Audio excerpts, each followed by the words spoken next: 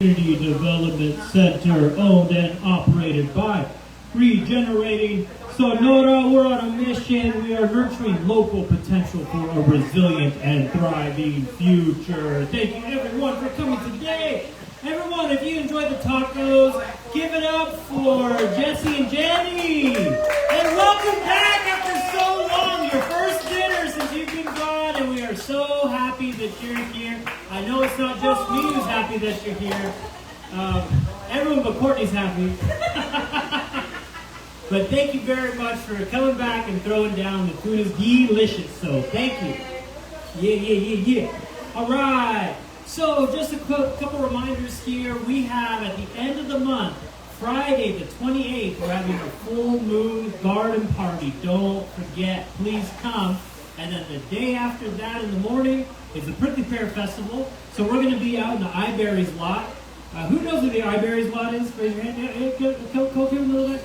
All right, so when you go on Main Street, there's a little Y where it's the intersection between Main Street and Binal. And right there, that little corner lot, that is the iBerries lot, where the old iBerries grocery store used to be, where my great-grandmother Margaret used to work. Well, anyway, we're going to be there, and we hope to see you there. We'll start at 9 a.m., and we'll be there until 4, and then we'll be in here. We'll have some prickly pear mocktails. We'll have some guest speakers, so maybe it's going to be a lot of fun. We hope you come and join us. So, did anyone get their vitals checks today at the U of A Mobile Health Clinic? Yeah, all right, we got some vitals checks. Good. I know I missed it today. I'm going to be coming next time that they're here. So the University of Arizona, they are coming with their mobile health clinic. They're coming every third Monday in the morning, and they're coming every third Wednesday during open hours. So we hope you come. When we talk about working to be the healthiest, most resilient rural community in the nation, it's going to take us working with a lot of different partners to do it. We can't do this on our own, right? So we're calling in the support that we can get, and we're so happy that the mobile clinic is here, so that way you don't have to go all the way to the valley to get your vitals checked. You can do it right here at Leo's, and it's a good thing to consistently monitor, because you can start to see what changes you make and how they impact your overall numbers. So please take advantage of that. All right, so I think that covers the main announcements here. We're going to get into our resilience workshop today. We're going to make this a bit of a presentation, and then it's going to be a bit interactive. So we hope that you're going to participate with us. So let's go down memory lane. I just want to paint a picture here for you. Okay, so it's 2019, and it was in the summer. I had just thrown down the money to buy Leo's. I'm like, okay, we're going to do this thing. We renovated it, we got it all ready, and by September, we had our very first, in October, we had our very first event here at Leo's. We had people all throughout the European Union come. We had about 45 people for our very first event. It was an awesome showing. And we're like, great, we're going to do all kinds of community events indoors, closer than 6 feet away from each other. COVID hits, and what that whole plan, right? So that didn't work. And we had to immediately shift from being a place where everyone comes inside and hangs out with each other to being a place where we're outside providing meals for the community. Why were we providing meals for the community? Well, we started doing all these conference calls, calling everybody up who's involved in helping the community that we could talk to, finding out what the issues are. Everyone's concerned about food. Why? Because we're a Title I school. Every kid gets free lunch at school, and parents are used to knowing that their kids are going to eat because they go to school. Well, school shut, no more food. That immediately became a big issue. So, it was really hard. Back then, we were calling all kinds of people just trying to figure out how we were going to get a truck to come in with the food. Calling these people, calling those people. Oh, I think I might have someone check the warehouse. No, it's already gone. So after a bunch of calls, we finally were able to get a shipment in, and we did a fundraiser. We got $4,746 donated, and this was in April of 2020 when we did this. The issues were mounting, and we finally were able to do something about it. Look, so we have Sherry Tomerlin here donated. There's actually 55 people who donated all together. And we appreciate everyone, especially anyone watching, anyone here who donated at that time. Thank you, because we had no other way of getting the food. So we did that, and we started to model it out and saying, okay, how much food do we need, and how much is it going to cost? The prices were just going to be astronomical. And we couldn't find a good way to get the food here because St. Mary's Food Bank services our area, but they didn't provide any kind of grab-and-go meal option. You had to be an established food bank, and there needed to be more food options. So thankfully, United Food Bank was able to provide that. St. Mary said, yes, no problem. You're able to come into our area. I was really glad that that happened. I think it was Dave Rickens who did that because he had to sign off and say, yes, United Food Bank can come. So they did, and we started getting the trucks coming, and we did 15,000 meals in the course of 2 years. We used to do it every single week. We were out here every single Thursday, out here providing the meals. We would just drop them off into people's cars. We did that, and then we started to cut back as the need started to dwindle, and eventually schools opened up again, the need became less, and we stopped the program. But I'll just never forget, and maybe you've heard me talk about this, that sinking feeling that I'd have when I see the truck come in and I go, oh, the truck's here, thank God. And as the truck drives away, I'm just thinking, what if that truck never came? What if it couldn't come because they had other people that they were providing food for? Or what if there was no way for the truck to come in because the roads are closed off, or whatever? And so having that feeling wasn't something that we were just going to stick with. We're going to be like, yeah, that's really concerning. Oh, well. No, we had to do something about it. And thank goodness we were able to acquire our first lot for a community garden. And that really started to change the game. So there was a man named Carl Erickson who used to live here in town. He had a parcel up here on Pinal, and he said he always wanted to do something good for the community with that parcel. He passed away in a tragic accident, and his estate somehow found out that we were looking to start a community garden. After all this came to be, it really opened our eyes that we have to do something about food security. We live in a food desert here, so what are we going to do about it? Well, we got the community garden started, and that really kicked things off. And let's see here.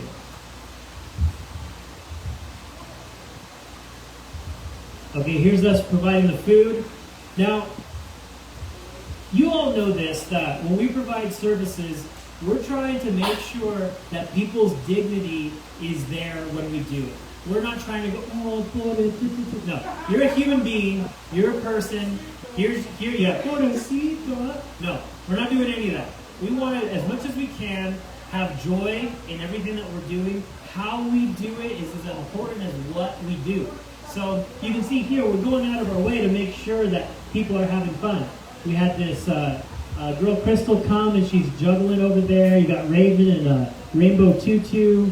You know, we're trying to do everything we can do to make it fun. Look at little JP right there, little jump on. Yeah, it was good times. So look, there's my sister Evelyn right there. She was tiny. And so yeah, look, 6 years goes by quick, right? So a lot's happened since then, but you can see us doing something about what's going on and addressing the needs head on. And check it out. It's a community garden. Isn't it beautiful? I remember sitting down talking with some of the kids and being like, look, isn't it great that now it's finally real? Because we've been talking about getting this going. And they go, it's not real yet. And I don't blame them because it looks pretty bad over there. Look at Mary and Martha over there bagging up some of the weeds. So that's where we started with our community garden, and it's come a long way. Here's just some other progressions that took place. You know, we finally got in touch with Ed Williams, and he, over the phone, helped us build our first Lear garden. And he was like, this is entirely not up to specifications, which it was not. But it still works. Our Eve bed still works today. And so you can go and see it. That's Miguel right there, Mary Martha and Julio Castañon helping get that first one started and clear the land for more. And then here's when Mindy was helping us plant the trees and get our fence up. I can't believe we used to not have a fence at the community garden, but we did it. And then we started our Greet the Warrior program. Look at all these kids, they're so much bigger now. And that was our youth gardening program that we started. We wanted to do a junior master gardening program, but when we saw that it wasn't hands-on enough, it wasn't centering hands-on learning, we said we just got to make our own. And so we did. And Rose de Nojian Carolina Mendez, Miracle Martinez, all helping with that. We've had Nena come and help out, and we've had Christina come and help as well. So, yeah, you can see that things really progressed along. And if this works, we'll just do a little walk down memory lane of what we did with our Leers in Yard program. So basically, we tested out the Leer garden, we got it going, and we don't want to just be creating our food production zone in one little spot. It's never going to work if we do that. What we wanted to do is use the garden as a way to test out solutions that can work, and then from testing it, start to spread what works around in our community so that way more people can take advantage of it. All right, let's play the video that Miracle made. This is such a good video, Miracle.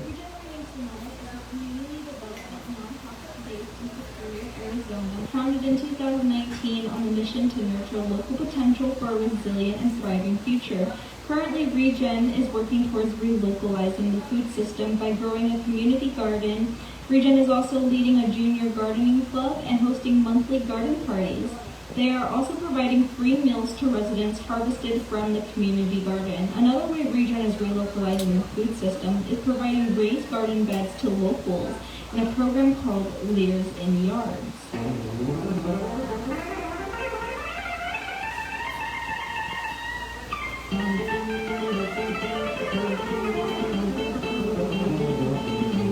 Rural Superior, Arizona has a population of around 3,000 people who are 60% Hispanic with double the poverty rate and close to half the average household income as national averages.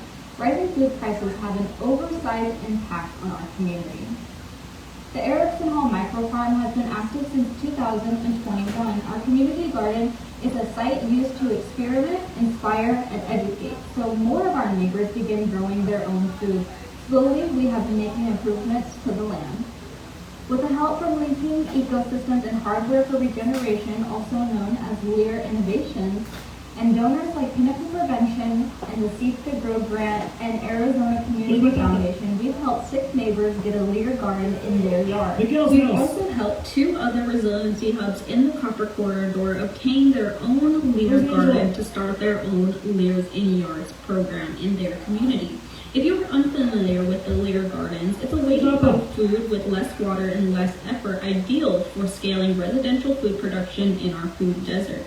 Leer Gardens produce healthy soils as an output and generates hundreds of worms. You can find more about the science of a Leer garden on their YouTube channel linked in the description of this video. This has been an incredible journey to get to the Leers in Yards program. We started with 3 years of testing and implementing the Leers in our community garden and being it used to just be a little thing to provide more food with less water and less effort. Seeing the benefit and success of a Leer garden, we knew it was time to start giving them to our neighbors.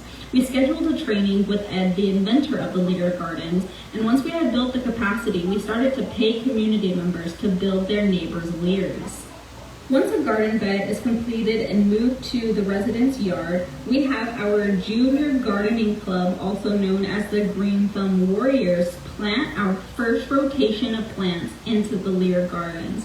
These are 2 to 16-year-old locals who are taking charge of their food system. This is a community effort to accomplish, and many hands and hearts touch a Leer garden long before it is in a resident's yard. We look to double the amount of Leers in yards. In 2025, we plan to give 12 more, making for 1% of households in Superior to have a Leer garden in their yard by June and 3% of households by the end of 2026.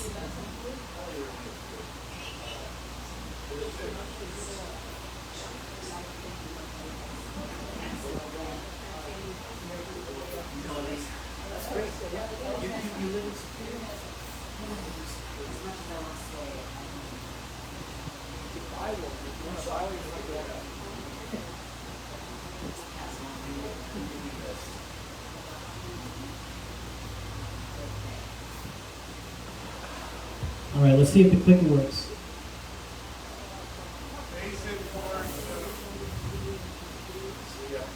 All right, that's okay.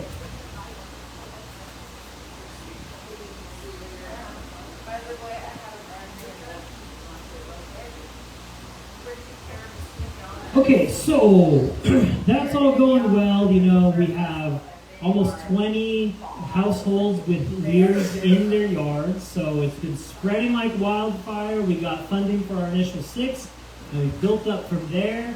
Some of you might know that we just provided a LEEiiSH garden to Pinal County's Public Health Services District, which they're very happy about, and it's going to go and check on it tomorrow and see how they're doing. But they're talking about wanting to spread the LEEiiSH gardens throughout the whole county. They're like, maybe schools would be good. Hey, great, awesome. So there's a lot of opportunities there working with Pinal County to do that, because they're very happy about it. So we had one of our funders, the same people who helped to get the AC that I'm standing under right now, helped to get a bunch of the remodels done in the kitchen. They came to us and said, hey, you're doing such great work. What do you think it would take to produce enough food to feed your entire community? And if you could figure that out, maybe we could support you with that financially. And even more too beyond that, because they do have a background in food production that can help in a lot of other ways too. So we thought that was an awesome challenge to start thinking about, okay, we're starting we've planted the seeds of relocalizing the food system here within our community. We started to learn, we went from knowing nothing to now being able to grow some stuff. So what if we took this challenge seriously? So this became one way that we looked at how we could do it. We take multiple approaches at the same time. The home growers plan. This is ensuring that people in their own homes can grow their own food, that they can share and exchange amongst themselves. The many micro farms plan. Just like we have one of those micro farms up the street, what if we had a bunch of them all around town, produce food that way?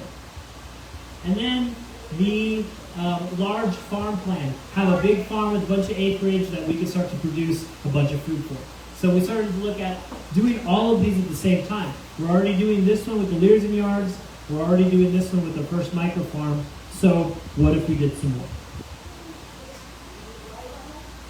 Well, we worked with our friends at Pinal County Public Health, and we asked questions like, how much food do we need to grow? What's the food requirements for an individual person? And then let's scale that up to 3,000 people to see how much food it would be that you need for the entire community. So, how much food do we need to feed Superior in terms of pounds? The answer's on there, but you can just throw out a guess if you want, or you can just look and yell out the number. How many pounds of food do we need to produce annually to feed everyone in Superior? 1,137 pounds. No. But actually, that's like for one person. So, yeah, so that's for one person. Now multiply that by 3,000 and you get 3.4 million pounds of food. Can everyone just, some audience participation here? Can everyone say 3.4 million? 3.4 million pounds of food. That's how much food you need. Now that's for just Little Superior. How much food do you think you need to feed, say, the city of Tempe? I like using the city of Tempe because it's 180,000 people, and that's roughly how much water is being pumped out of the aquifers now to service about, in equivalency of water usage, about 180,000 people. So how much food, any guesses in pounds of food, how many pounds of food do you need to feed the city of Tempe? Throw out a number. You know it's 3.4 million for Little Superior, so what is it for something like the city of Tempe? 100 million. A billion? What'd you say? 100 million? Could you imagine 100 million pounds of food? Yeah, well, it's like 200 million pounds of food. It's a little bit more. It's almost 250 million pounds of food to feed the city of Tempe. It's crazy. We didn't know this, and we'd ask people. It wasn't until we finally got these calcs figured out that we could do it. So it turns out you need to produce a lot of food. A lot. So then we started to do some assumptions like, okay, say we wanted to produce roughly 10% of food for Superior. What would that look like? Well, you need about, if you're doing it on a farm, you need, give or take, 40 acres about.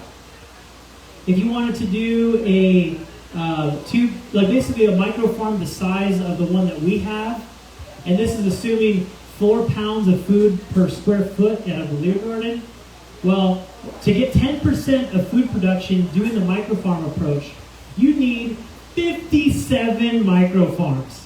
Could you imagine 57 little gardens around? Yeah. All right, we got some people who are down for it. That's 10%. I mean, think about it. You have to go there, you have to tend the land, you have to make sure no one's stolen anything, you have to fix the stuff that was stolen and broken, you have to, there's a lot of steps to manage just one microfarm. 57 is a lot. I'm going to have one in my yard. Yeah, Ed's going to have one, so now we only need 56. So, how many homes with one leer would you need to feed 10% of the population? You would need basically almost every home in Superior. If we got every home in Superior to have a leer, that'd be about 10% of the food production for the whole community. How about if we had 4 leers? Because we're talking about this idea of packing in leers for the people who can do it. Well, then you'd need 330 homes to sign up to have 4 of those leer gardens, and that would hit 10% of food production. And then in-ground gardens, you would need about almost 300 in-ground gardens at a modest size to be able to get to 10% of food production. So, is it doable? Yes, but lots of effort and lots of work. So, if we're trying to be efficient in terms of how much we can do in how much space, one option that we could look at is focusing more on this farm option because it's one place instead of a bunch. You're not driving around trying to manage a bunch of stuff. And you can get some economies of scale. Like if you were to buy, let's say, an acre of land just out here, anywhere around town, it's going to be a lot more expensive than if you buy an acre somewhere in the outskirts. So you also get some cost efficiencies that way too.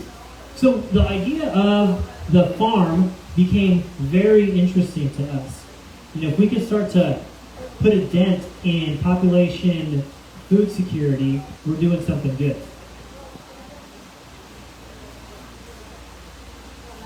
Enter the 40 acres that the school owns. So, once upon a time, Pinal County School District 15 in 2010, they had well, I don't know how long they've had this 40 acres for. And by the way, just to orient us here, the highlands are right here, okay? Here's the highlands. Here's the fields, football field, baseball fields. Here's the fire department. And then right to the south of that is the 40 acres. There's the archery right there, and there's some trails. This 40 acres, the school has and is considering selling. Now, Pinal County gave it to Superior Unified School District, and the lore, I don't have this confirmed, here's the lore. The lore is that Pinal County said, hey, you know, your school, you're doing pretty good. Well, eventually you're going to need to expand, right? So let's give you this land so that way when it's time to expand, you can put more facilities, you can do more for the kids because you'll have more space to do it. So let's give you this land so you can do that. Well, what happened? What happened? What happened? Ooh. Well, here's what happened. School enrollment went down. And I only have the data that I could readily get from 2017 to now. But we're at 285 kids for the Unified School District. And so the enrollment's been going down every year, right? And if that happens, all of a sudden, having that land to build more school facilities stops making so much sense. Now, you got to think about it. Every single kid that gets taken out of school, every time those enrollment numbers go down, that means less money for the school, less revenue for the school, right? So the budget for the school was just recently passed, and that budget includes running at a deficit of a little over $400,000 a year. So this is all public information. I pulled this from the Arizona State website that has all the data there, which includes the budget. So I'm not saying anything that's like a secret. It's all out there. You can pull this information yourself. So I'm not here to say that the school needs to do this or the school needs to do that. All I'm doing is just making sure we all see what's going on, because when we can see what's going on, then we can talk about how we can all work together to support what's going on. Because if you guys remember, I don't know if you were here, was it last month when we had that whole conversation about the quality of school being the most important thing that we could focus on? If you remember, we said, if we want Superior to be the healthiest, most resilient rural community, what is it going to look like and what's it going to be? Folks in the back, I'm sorry, I'm having a hard time hearing myself. All right, thank you. So, okay, and when we asked them that question, what do you want to be able to see when you look around knowing that we're the healthiest, most resilient rural community? The number one thing people cared about was the quality of the school. I thought that was great. Literacy was right up there with the number one things that are measurable that we can notice to see if we are healthy and resilient or not. And it makes sense, right? It's the new generation that's coming up. How are they doing? If they're not doing well, that's not a good sign for the future for us, and it shows that we're not taking care of our kids the way that we should. I'm glad we're all prioritizing that. The conversations that came from that, we had former teachers, former substitute teachers. What we heard was they're asking the teachers to do so much, and we're basically dumping society's problems onto our teachers. And teachers are running at difficult teacher-to-student ratios, is what one former teacher told me. And you have these issues where you got like these ultra-talented, gifted kids, and then you have the kids who are ultra-struggling for whatever reason. You have this big spectrum, and it's just so hard to try to teach in the middle when it basically serves neither one of them. So they got their work cut out for them, let me just put it that way. This is not an easy thing for them to be working on. So I'm glad that we're all talking about what can we do to provide opportunities for enrichment for our students. How can we build up the community in a good way so that way the environment around the school is supportive to what happens inside the school. So I know a lot of us know school teachers, and we know that they care. They're not doing it for the money, they're doing it because they care. So to me, we've got to be thinking about what can we do, and one thing we can do is provide a supportive environment outside of school. And by the way, let me say, there are some people who say, you know what we should do with this 40 acres? Yeah, okay, we can't expand it for more facilities for the kids or expand it to do more stuff for the school. You know what we should do? Let's build more houses on there, baby. Build more houses. Highlands 2.0, double the size. Yeah! Now, there's all kinds of issues with this. I see some people putting their hands in their faces, lurching forward. That's basically how I felt about it too. I mean, everything about urban planning will tell you that when you start to build more houses outside of the center of the place, of the community, it ends up sucking resources away, and you get spread too thin, and everyone ends up losing in the end. So my question is, why start to build something here for communities that aren't here now when we could be building something for the communities, for the families of people who are here now? What can we do to support the kids and support the people that live here, and maybe even start to make our town a little bit more livable, to start to bring in more of those families? Because what happens is, to get your enrollment numbers up, you either got to do something to bring back the people who left the school to come back, or you're going to have to bring in new families to come in. But I don't like to be negative. You've seen me enough where I'm usually a positive person, but I try to be real too. And for me to be real right now, you got to ask, like, what's attracting families to come here and move here?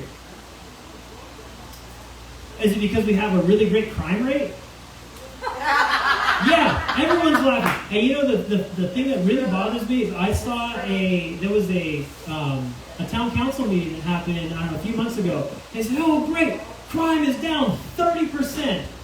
What the what? Crime is down 30%. Now, maybe in the books it says crime is down 30%, but we all know walking around that is down 30% from where? From maybe there's some way that they're playing with numbers, or maybe they're not reporting, so then crime could be down because, we just reported less, now crime's down. I don't know what the real story is behind that number. All I can tell you is people really care about ensuring that they're going to be moving into a safe community. And if they feel like that community isn't a safe place, they're going to ensure that their kids are not going to be moving to a town that's unsafe. Yeah. Yeah, go ahead. Just circle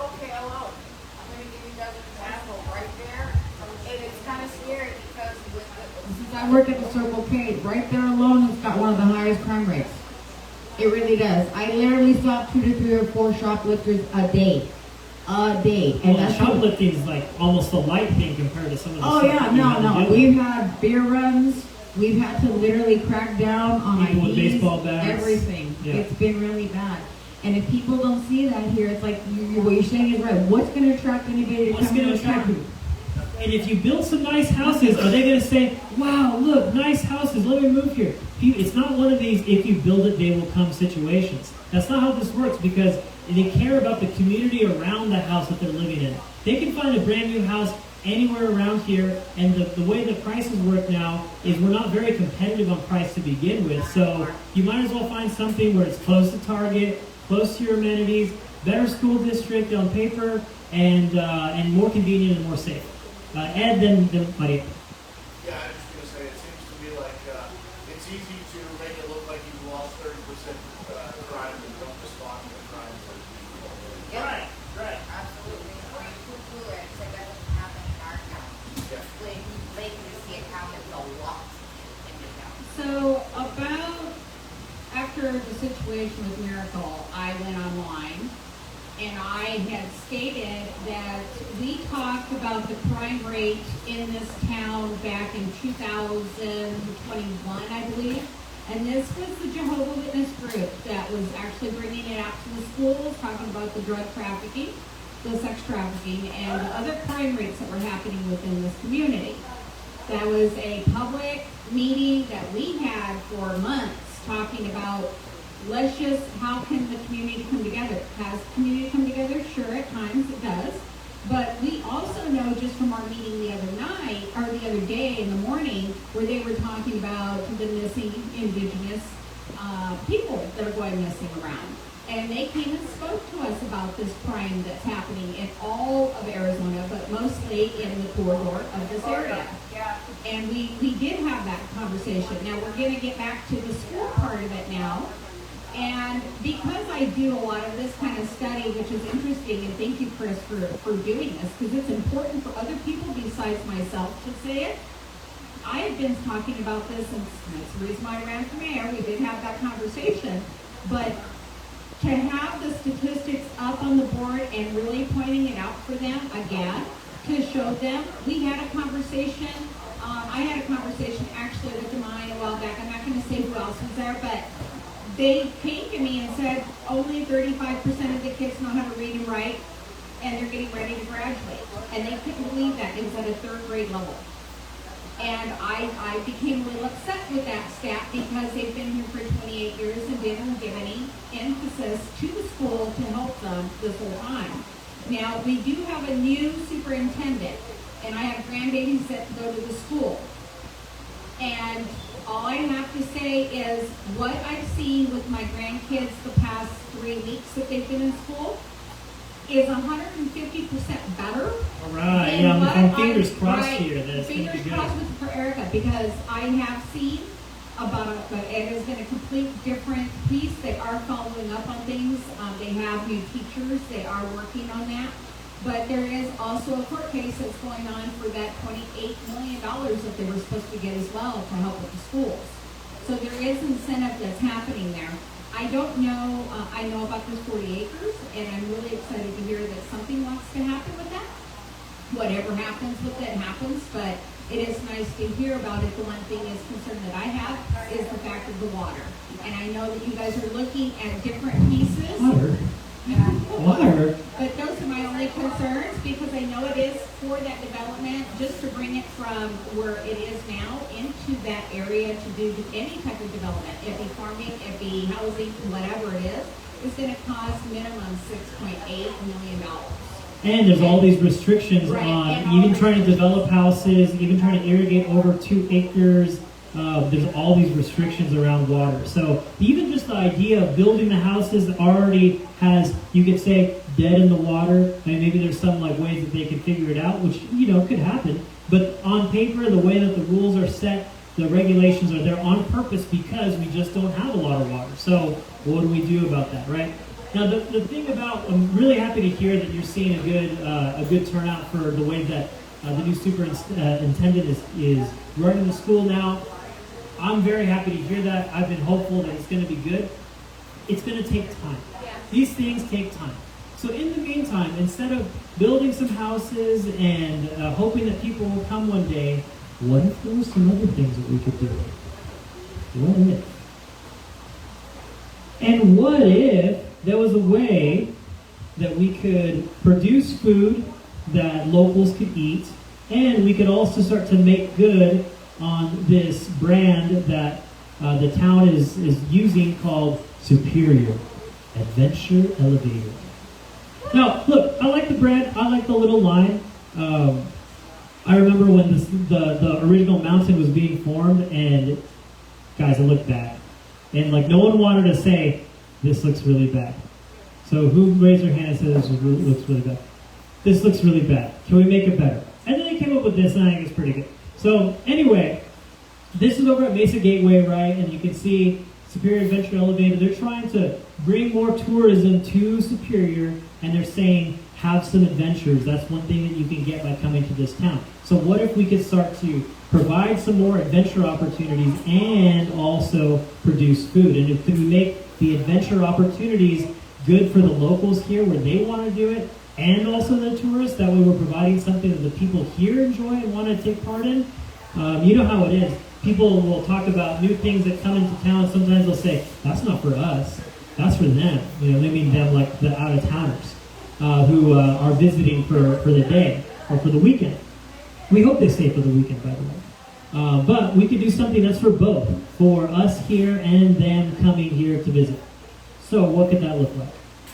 Well, just imagine if on that land we had some dope areas for some BMX bike riding. That little pump track that we have by the skate park people like. I talked to the guy Curtis who helped get that started when he was a kid. Because it was the kids who said, we really want this skate park. Well, now he's an adult. He has kids. And he was like, I'm telling you, man, if we had something that was for adults, people would travel from all over to come here. That way they could do this thing. Paintball, same thing. It's a great area. We can find a little zone for some paintball, make it a good field where people can come and do the field, rent the equipment or bring their own, and then keep the archery. The archery is great. It's there. We can keep that there. People use it. Awesome. Keep it there. What if we had more corral spaces? Because we know that there's people worried about being able to keep their animals in some of the places that they have them at if they don't already own the corrals themselves. Well, what if we could extend the corrals to make more spaces for them? What if we could have an outdoor arena for some rodeos? I picked like a really nice picture. I don't think ours would be this nice, but you know. You never know. You never know. They've got one over in Winkleman. One like this? No, the outdoor one. Oh yeah, they have one in Kearney too, which we visited recently, and it's really awesome. So why couldn't we do that? And this is not at all to scale. I asked the bot for some help. I said, hey bot, here's kind of the idea. Make it to scale. It could not make it to scale. So the horse area over there with the corrals, it would not be that big, wouldn't be shaped like that. But you can just start the picture. You have like a little area that's taking advantage of the natural wetland that's there with the mesquite that's really thick right there by the fire department. You have an area for some corral, the rodeo, some practice pens, major food production with some bike trails, and then you got your welcome area here with some facilities, food processing, things like that. And then you have an area for some paintball and archery and bike riding. So again, not to scale, but hey, seems like a pretty good idea. So I'm like, guys, this would be awesome. What if we could do it, be like this, and all these people would come here to town, they'd spend their money in town, it'd be good for the community, Superior Adventure Elevated. The people who live here want it, because I know I talk to them all the time. They want stuff like this. The kids want stuff like this. We can do ag programs for the kids. We can do enrichment opportunities where they can learn how to grow their own food, and they can start their own archery club. They can start their own paintball club. They can start their own equestrian club. They can do outdoor classroom spaces over there. Man, this is going to be awesome. Dun, dun, dun, dun. The water. Ah, the water. Okay, so turns out, Superior is located in the Phoenix AMA. This is the water management area, and Soupy Town is just right on the edge there. And what the Phoenix AMA rules are, it says, you cannot put any new developments because we don't have the water. You cannot do agriculture over 2 acres because we don't have the water. Well, you can do it, but you're just not going to use water for it. You can only use water from a well or from wherever at 2 acres, well, just under 2 acres is what it says. So, you just start running the numbers here. This is a high, you can't really see this so well, but this is just like if we were to do something like 32 acres of farmland there. So it's 40 acres. If we did about 32 acres as food production, and then 8 acres for like spaces in between and the outdoor rec, well, we would need something like 23 million gallons of water. I think this is a little high, but probably not by too much. 72 acre feet. No one knows what an acre feet is, but 23.5 million gallons, that we know. Or look at a different way, roughly about 72 homes worth of water is what we would need. And that would feed maybe close to 300 people. About the size of the school, turns out. Okay. And 72 homes is about half of the homes that we have here in Superior currently. Wow. So it's 1,400. Oh, yeah. Off by 0. The order of magnitude. Okay, so we're like, okay, well, sure. We can't do the well thing, but what if we trucked in the water? You know, I know that we're back to the whole afraid when the trucks come or don't come thing, but let's just see. Well, guess what? It would cost $1.1 million a year, roughly, to truck in the water that we would need to grow all the food. We would probably, if we were to sell the food, it would be just under $1 million in food. So it doesn't net out, and that's not with labor, that's not with the cost, that's just straight the water. So I'm like, ooh, well, I don't know what we're going to do. We got to start thinking of other plans, we can start doing something. I'm a little worried because this is such a great opportunity, yet it's not penciling out if we look at it from this perspective. So I send an email to Ed and to Miracle, to Ernest Michael, to Robert Stang, and I'm like, guys, we got to figure something out, and I'm not sure this is going to work because it doesn't look like it's going to work. Then Ed says, there. I've got a plan. So now we're going to watch this.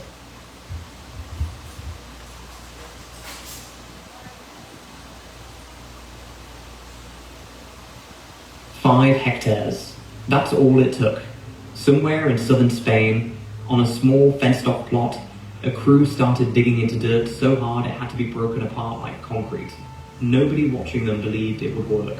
Today, that same 5-hectare experiment has reached more than 80 countries across 6 continents, and it started because one family refused to accept that an 1,100-hectare farm called La Junquera in the region of Murcia, Spain, was already dead. Here's the part that should stop you. The village right next to that farm, also named La Junquera, has a population of 0, and has since the 1970s. It's still on Spain's own registry of abandoned settlements today, alongside more than 3,000 other ghost towns nationwide. Soil scientists who studied ground like this had a word for what they found: irreversible. So here's the question this video actually answers. If soil scientists themselves called this land a closed case, how did one family, no funding, no ecology degree, just 5 hectares end up building the blueprint an entire global restoration movement now runs on? This is the true story of Alfonso Chico de Guzman, a business graduate who came home in 2012 to a farm his family had owned since 1829, and John D. Liu, the filmmaker who'd already watched this exact miracle happen once before, in China. Stay with this one. The technique traces back to a personal tragedy in 1944 Australia, and the number waiting at the end should be impossible. 80 plus countries, 1 plough, 1 farm. Before its last residents left, La Junquera held about 120 people families who grew grain, tended goats, and lit an 18th century chapel for Sunday Mass. One by one, they emigrated to Cartagena, to Murcia City, to anywhere with a factory job, while the land kept getting ploughed by bigger machines chasing smaller yields. It's not a story unique to one village. It's the story of nearly 3/4 of an entire country. Spain's own Ministry for Ecological Transition has put a number on it. 74 to 75% of the country's entire landmass now sits at risk of desertification. Drive through the Altiplano Estepario, the high, dry plateau where Murcia, Granada and Almeria quietly meet, and you'll see why. Mile after mile of almond and olive trees planted in perfectly straight rows, stripped of every weed, every shrub, every blade of anything that isn't the crop itself. Farmers here till the soil 5 or 6 times a year to kill competing plants. But stripped soil has no roots to hold it together. Expose it to enough sun and wind, and organic matter collapses below 1%. Rain stops sinking in. It just runs, taking the topsoil with it, straight toward the Mediterranean. Across this landscape, researchers with the Algalao Restoration Alliance have measured losses of up to 20 tons of fertile soil per hectare, every single year. And in 2014, the United Nations Food and Agriculture Organization did the math on what that meant globally. At current rates, the planet had roughly 60 harvests left before its topsoil simply ran out. For decades, the response was always the same. More chemical fertilizer, more irrigation pulled from underground aquifers, more government subsidies to keep dying farms alive one more season. None of it addressed the actual wound. Spain's own land registry counted over 2 million hectares of abandoned farmland by 2019 alone. Large restoration programs had been tried here before and shelved. La Jonquera's fields were held up as a textbook case of land too far gone to save, which made what happened next either a miracle or something the textbooks had gotten wrong. Alfonso Chico de Guzman wasn't a soil scientist, and he wasn't an ecologist. Business administration, University in Boston, Massachusetts, that was his training. The farm had belonged to his family since 1829, when his ancestor Diego Chico de Guzman Figueroa bought it during a land sell-off known as the Desamortización de Diego. For generations, La Jonquera had grown esparto grass and hemp, shipped down to the port of Cartagena, where it became rope and sail canvas for the ships built there. By 1940, all of that had narrowed down to a single crop, wheat, wheat and more wheat, tilled the same way every year. When Alfonso came home in 2012, his father walked him out to the fields and pointed at what was left. Pebbles, compacted dust, a shrinking bank account, man to man, standing on land that had fed 5 generations. The message was simple, and it wasn't hopeful. Land's finished, his father told him. Same as everyone else's around here. Alfonso didn't argue. Instead, he asked something else. Had anyone actually tried anything different, or had they just kept doing the same thing harder? Nobody had a good answer. So he started reading permaculture forums, obscure soil science papers, anything that mentioned dry, degraded, seemingly dead land coming back to life somewhere else on Earth. Somewhere on the other side of Europe, a filmmaker who'd already witnessed this exact miracle once before was quietly building something new and was about to hear about a farm in Murcia. That filmmaker was John D. Liu. In 1995, the World Bank had sent him to China's lowest plateau, a region so eroded, so yellow and lifeless, that farmers there had lived on the edge of famine for generations. Liu spent years filming its transformation, terraces, check dams, tree planting, and one radical decision to stop the grazing, stop the tilling, and let the land breathe. 10 years later, an area roughly the size of Belgium had turned green again. Liu never went back to ordinary filmmaking.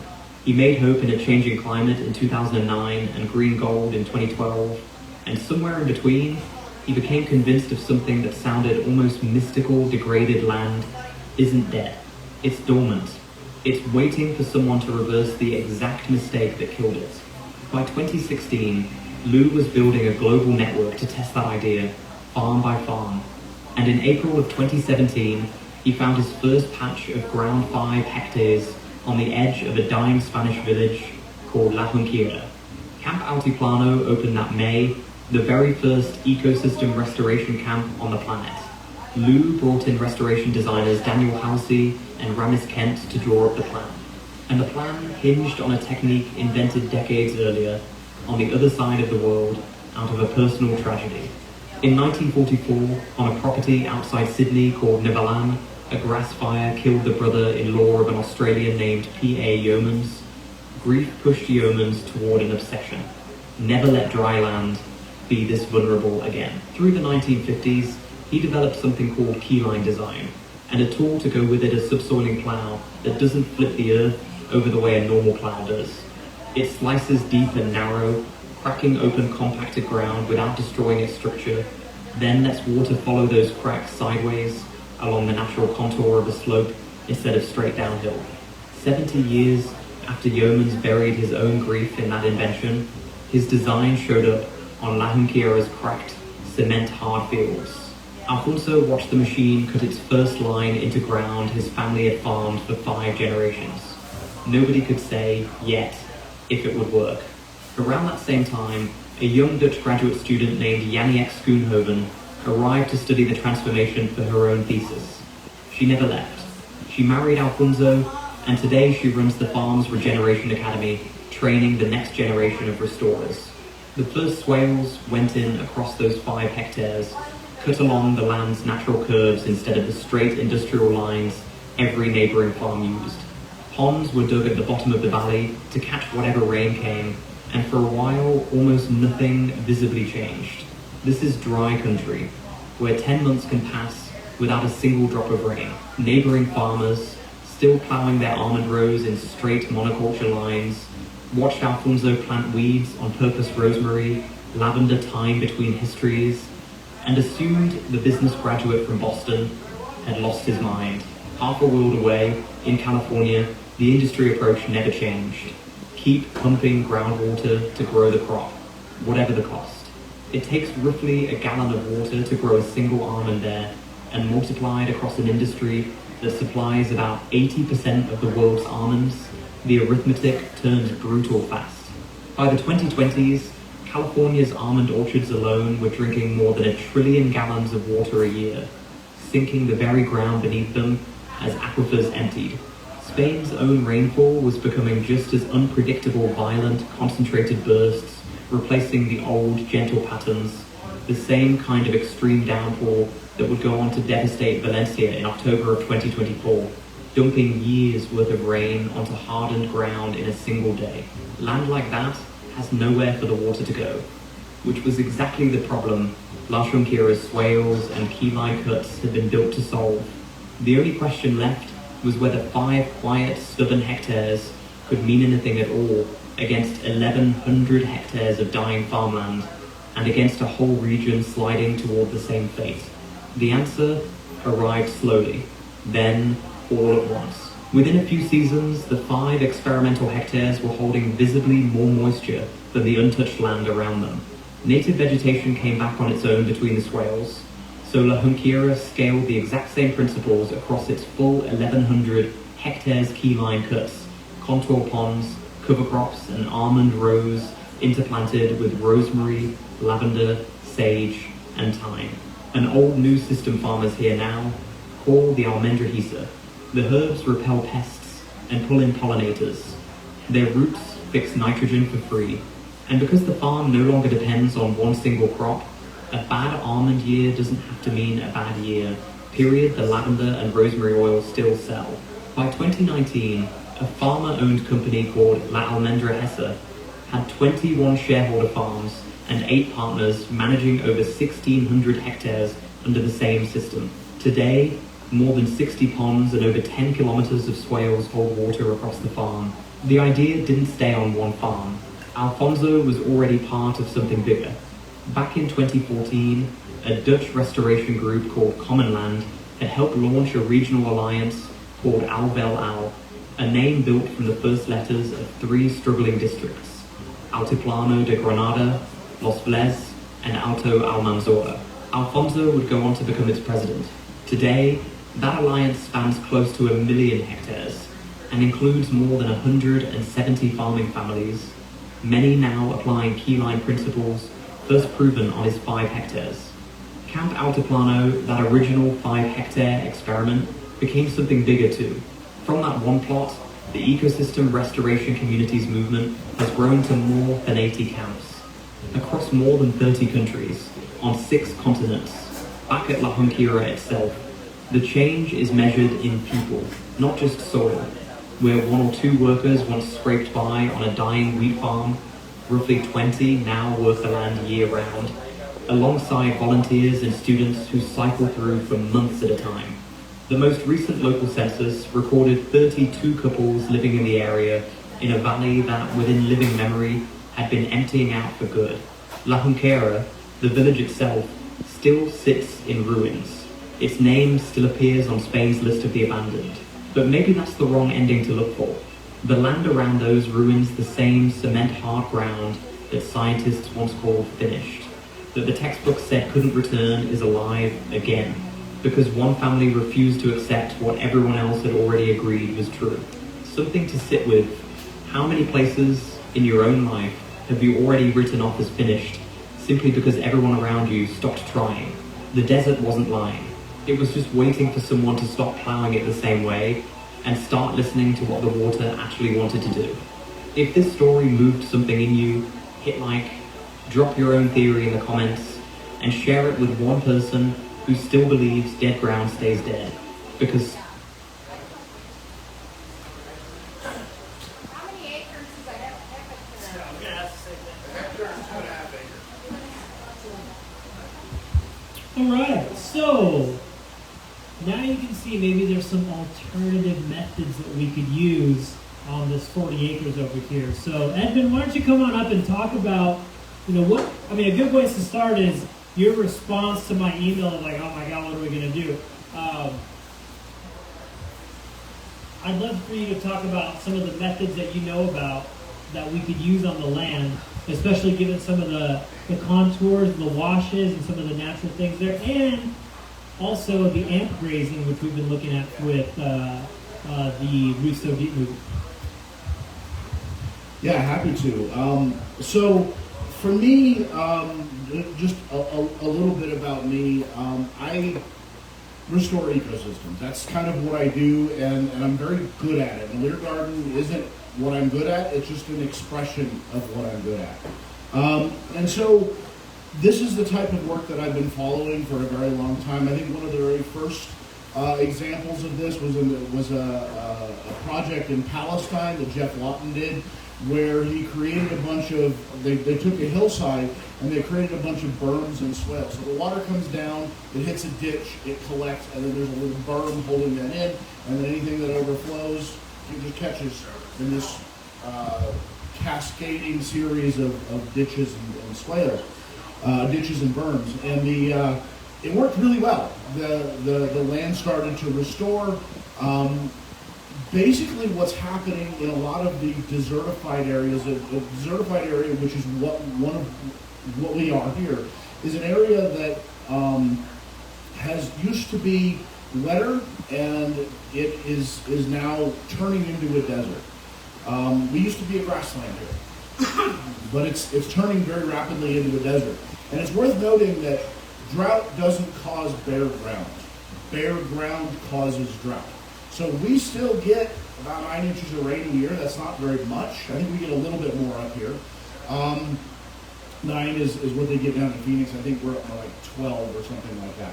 So what happens then is when soil loses all of its carbon, and it gets really dry and it gets really baked, and it sort of loses its vegetation.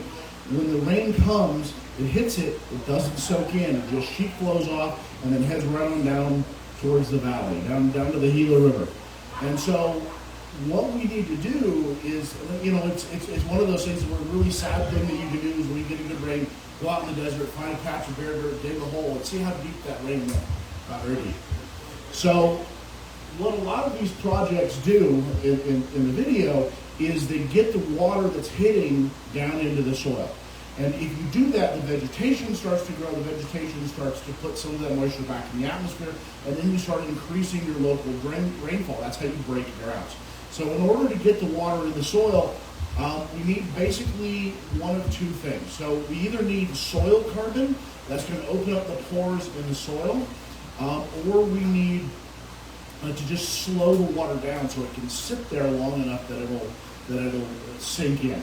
And so a lot of these projects, some of the ones that they're talking about in the low S plateau, and then there's more in China in the Gobi Desert, where they're digging straw into the ground to try and slow the water down and make it soak in. There's other places where they do like little scalloped patterns where they're digging, and so as the water's flowing across the land, it hits the little scallop pattern, forms a little pond, soaks in that way. There's some of the stuff that they're talking about here. But one of the other ways to do it is to increase the soil carbon. So we've been watching a documentary called Roots So Deep. It's talking about a method of grazing called ant grazing, where you manage the cattle carefully, and the cattle works together with the grasses to pump carbon into the soil. One of my favorite statistics is that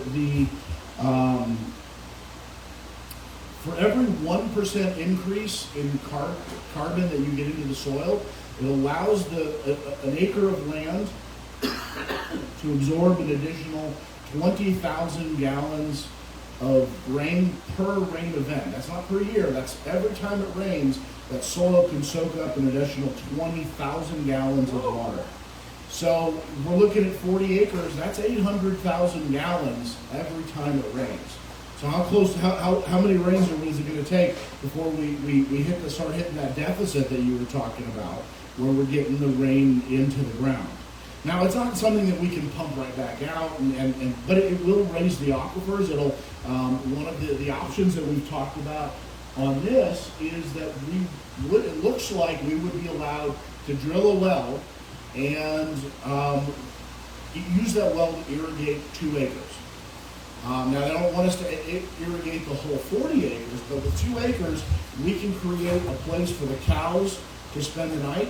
They get their water, we head out, we graze them out on the land during the day, we bring them back in, and we start getting that impact that we need.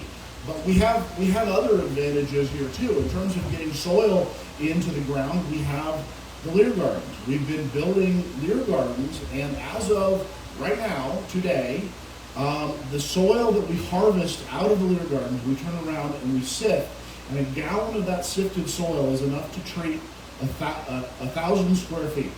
So it's very powerful stuff. It helps bring life back to the land. It helps bring carbon back to the soil. And sitting in my backyard, belonging to Regenerative Sonora, right now we have enough to treat 23 acres. Boom! So that's another thing, and we're making that every single day.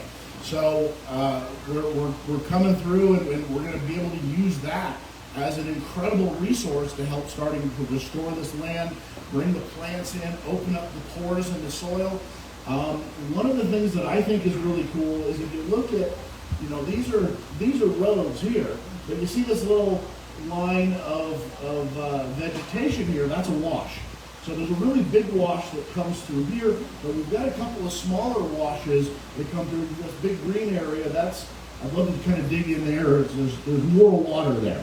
So if we can graze down in the washes, so that when the water, so a lot of this water is coming from the highlands, coming from the high schools, coming across the land, and if we can make it sink in, so we're not allowed to capture it, we're not allowed to dam it, but there's nothing that's going to stop us from just increasing the pore space in the soil so that once it hits our land, it just sinks right in. In fact, there's a group that's doing an experiment down in Cochise County right now that's doing exactly that. They're grazing the cattle in the lowlands around a river, the headwaters of a river, and so their initial calculations show that they were hoping to capture 93% of the water that was coming down out of the mountains into that river and just sink it straight into the aquifer. So that water, some of it will go down into the aquifer. I think our aquifer is 2,000 feet deep or something. But some of it's going to stay close to the surface. One of the interesting side effects of ant grazing is after you've been doing it for a couple of years, those washes that only run, it's called an ephemeral wash. It only has water in it when it rains. They start having water in it for months, like the entire rainy season. And then another couple years later, it runs for a couple months after the rainy season. And within maybe 10 to 15 years, you get a stream. It runs all year round. And, you know, I think that we have an opportunity here to, you know, we as, you know, Chris was talking, we kind of penciled out, like, what are the typical options? How do we do this? How do we do this? How do we do this? And we just run into a wall every time. And that wall is, how do we get water? But if we start looking at the types of solutions that we're seeing in this video and coming up with our own version, and then on top of that, we have a lot of really amazing edible foods here. You know, I'm working with the Desert Abundance / Heartland Trial Project with Boyce Thompson, and one of the frustrating pieces about that project is that Boyce Thompson is very, very adamant that they retain what's already there. There's a lot of changes that they won't let us do, which is very restrictive in how creative we can get with the solutions. We're not going to run into that here. We can do whatever we need to do, but we can also learn a lot from the types of stuff that the Desert Abundance team has come up with. And one of the things that we did there was tall pots. So what we did was we take a pipe and we grow a tree in a pipe, and then you just auger a hole, drop it in. The tree starts with a 2.5 foot root system. And we planted those trees, and we didn't have really good watering out there. But last we checked, we're looking at an 83% survival rate on trees that were really barely irrigated and not maintained since they were planted. So, you know, if we can get that sort of thing in there, we start planting mesquite trees, we start harvesting mesquite. That's an absolutely incredible underused food source it's native, it does very well in this dry environment, would do even better in a wetter soil. And of course, prickly pears, I think, you know, if we're running the cattle down in the ravines and a little bit up on the hills, we've got the hillsides, and there's a lot of those here, which is going to make it really fun for BMX biking. But then we can grow prickly pears up the hillside. They're native, they're low water use, and they'll be more than happy to grow on a hillside. So that's another food source. So I think it's something we have a lot of opportunity to get creative with the land.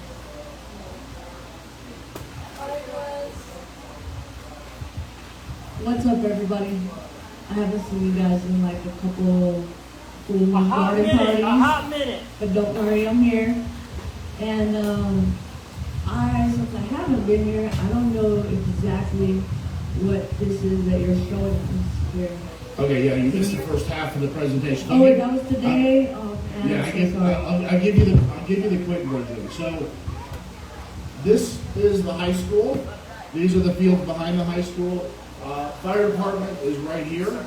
So this is a 40-acre lot just south of the fire department that is currently owned by the school, and we're hoping to acquire that and use it for kind of a mix of recreational and food production uses.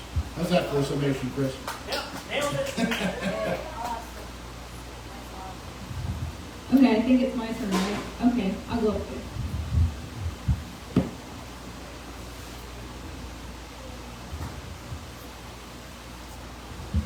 Thanks, Ed. Okay, so Chris just passed out some markers. There's some utensils in the middle of your table, and also a printed out version of this picture. It's in black and white, but it's going to be used for helping us come up with designs. So we're going to do a little activity. We heard the rundown on what this project is, what it could become, a couple of ideas. There was the mountain biking, the farming, there was a classroom, outdoor classrooms idea. There's just like so many opportunities, like Ed said. So we want to hear what your guys' ideas are. So please feel free to fill out on the printed papers, or we can start drawing together as a group on the bigger papers at each table.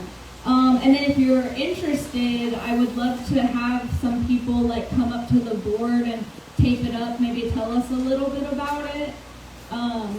Yeah, we did this activity with a couple of high schoolers, and that's actually what's on the board right now.